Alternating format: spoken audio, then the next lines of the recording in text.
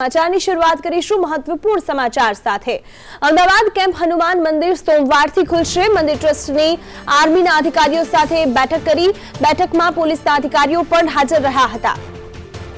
કલ્પિન આ મુદ્દે વધુ જાણકારી સાથે જોડાઈ ગયા છે। કલ્પિન, ઘણા સમયથી જ્યારથી લોકડાઉન થયું છે ત્યારથી મંદિરો બંધ છે, પરંતુ હવે તે મંદિરો ખુલી રહ્યા છે ને તેમાંથી એક છે કેમ્પના હનુમાન।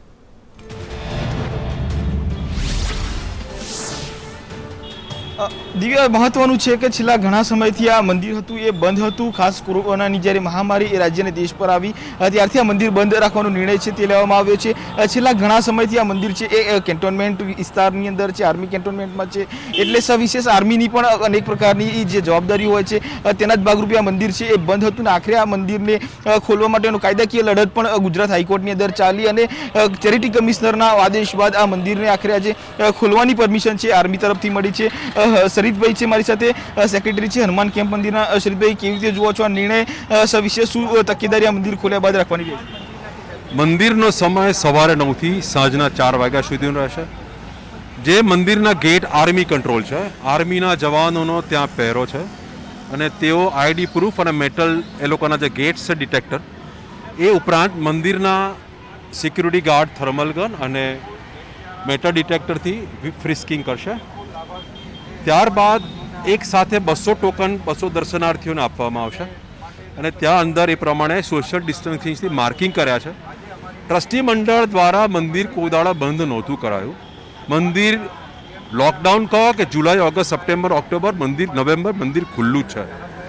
મંદિરના દ્વાર ખુલ્લા છે। મંદિરના દરવાજામાં અહીં અંદર રહેતા એટલે કે કેન્ટોનમેન્ટ વિસ્તારમાં રહેતા જે લોકો ભક્તો છે તે આવતા જતા હતા, આરતીમાં પણ હાજરી આપતા હતા। સવાલ મુખ્ય દરવાજો જે આર્મીના કંટ્રોલમાં છે ત્યાંથી અંદર આવવાની એન્ટ્રીનો હતો, તે આર્મીએ આજે સુખદ અંત લાવ્યા છે।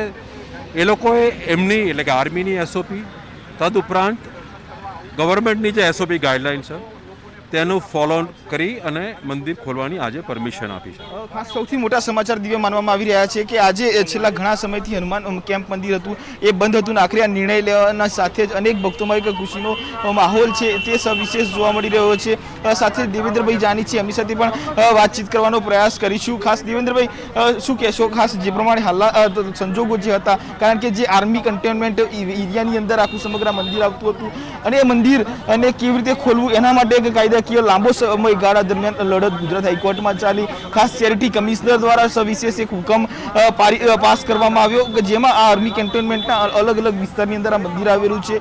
મંદિરની વાત જો કરવામાં આવે તો સવિશેષ આગામી સોમવારથી આ મંદિર છે તે ભક્તો માટે દર્શન માટે ખુલ્લું મૂકવામાં આવશે। તેમાં પણ એક અનેક જોગવાઈઓ છે તે કરવામાં આવી છે। દિવસ દરમિયાન 200 જેટલા જે ખાસ ભક્તો છે તે મંદિરના દર્શનનો લાભ લઈ શકશે। સવારથી જ ટોકન સિસ્ટમ છે તે અમલી બનશે। સાથે જ મંદિરમાં પ્રવેશતાની સાથે જ માસ્ક, સેનિટાઇઝિંગ અને સામાજિક અંતરનું પણ સવિશેષ ધ્યાન છે તે રાખવામાં આવશે। આજે એક બેઠક મળી હતી હનુમાન કેમ્પ મંદિર ખાતે, જેમાં આર્મી કેન્ટોનમેન્ટના ઉચ્ચ અધિકારીઓ સાથે શહેર પોલીસના અધિકારીઓ અને મંદિર ટ્રસ્ટના જે ટ્રસ્ટીઓ હતા તે આ બેઠકની અંદર ઉપસ્થિત રહ્યા હતા અને એમાં એક નિર્ણય છે તે લેવામાં આવ્યો છે। છેલ્લા ઘણા સમયથી અનેક ગુજરાતના ખૂણે ખૂણાથી આવતા દર્શનાર્થીઓ ખૂબ આતુરતાપૂર્વક રાહ જોઈ રહ્યા હતા કે આખરે ક્યારે દાદાના દર્શન થશે। દાદાના દર્શનથી જ અનેક ભક્તો છે તે આતુર હતા અને આખરે આ દિવસ આજે આવી ચૂક્યો છે કે આગામી સોમવારથી આ મંદિર છે એ દર્શનાર્થીઓ માટે ખુલ્લું મુકાશે। સાથે જ જે સ્થળાંતરનો મુદ્દો હતો એ પણ બેઠકની અંદર ઉઠ્યો હતો।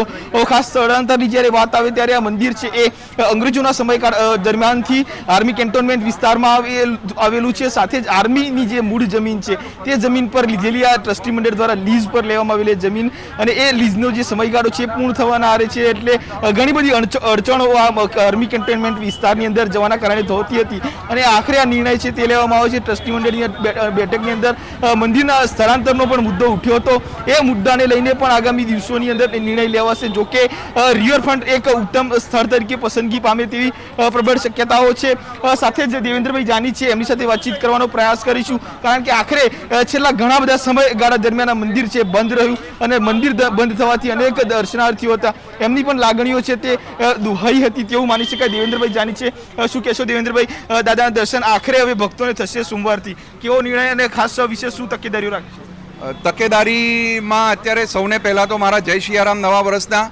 તકેદારીમાં દરેક દર્શનાર્થીએ કોવિડ-19નું જે છે ખૂબ જ ધ્યાન રાખવાનું છે। વર્તમાનમાં કેસ પણ ખૂબ વધી રહ્યા છે. છતાં પણ આપણને આર્મીએ આજે આપણને મંદિર ખોલવા માટેની એમને ટ્રસ્ટી મંડળને મંજૂરી આપેલી છે અને અમે સોમવારથી મંદિર ખોલવા જઈ રહ્યા છીએ. સોમવારથી મંદિર સવારે 9થી સાંજના 4 વાગ્યા સુધી મંદિર ખુલ્લું રહેશે. 200 જણને એક સાથે પ્રવેશ સોશિયલ ડિસ્ટન્સિંગના આધારે આપવામાં આવશે. બહારથી કોઈ પણ વસ્તુ લઈને આવવાની નથી. કોવિડ-19ના ગવર્મેન્ટે જે કંઈ બી નોર્મ્સ આપેલા છે, એસઓપી આપેલી છે, એ તો દરેક દર્શનાર્થીએ પાળવાની જ છે. પણ સાથે સાથે આર્મીના રેસિડન્સ એરિયામાં અમારું મંદિર આવેલું હોવાથી આર્મીની પણ જે કંઈ બી ગાઈડલાઈન છે એ ગાઈડલાઈનને અનુસરવા માટે અમારા સિક્યુરિટી ગાર્ડ્સ જે કંઈ બી સલાહ સૂચન આપે એને સંપૂર્ણ સહકાર આપવાનો છે. જે કંઈ બી દાદાના દર્શન માટે જે શ્રદ્ધાળુઓને કંઈક વિલંબ થયો છે, દુઃખ લાગ્યું હશે, શ્રદ્ધા દરેક વ્યક્તિમાં હોય, પણ આર્મી પણ આપણા માટે ભગવાન જ છે. કારણ કે સરહદોની રક્ષા આપણા માટે જે કરી રહી છે, આપણે શાંતિથી સૂઈ રહ્યા છીએ, તો એમના માટે એમના થકી જ આપણે સૂઈ રહ્યા છીએ. તો માત્ર ને માત્ર દરેક દર્શનાર્થી આ કોવિડ-19નું ધ્યાન રાખીને દર્શન કરવા આવે અને સહકાર આપે એવી મારી પ્રાર્થના.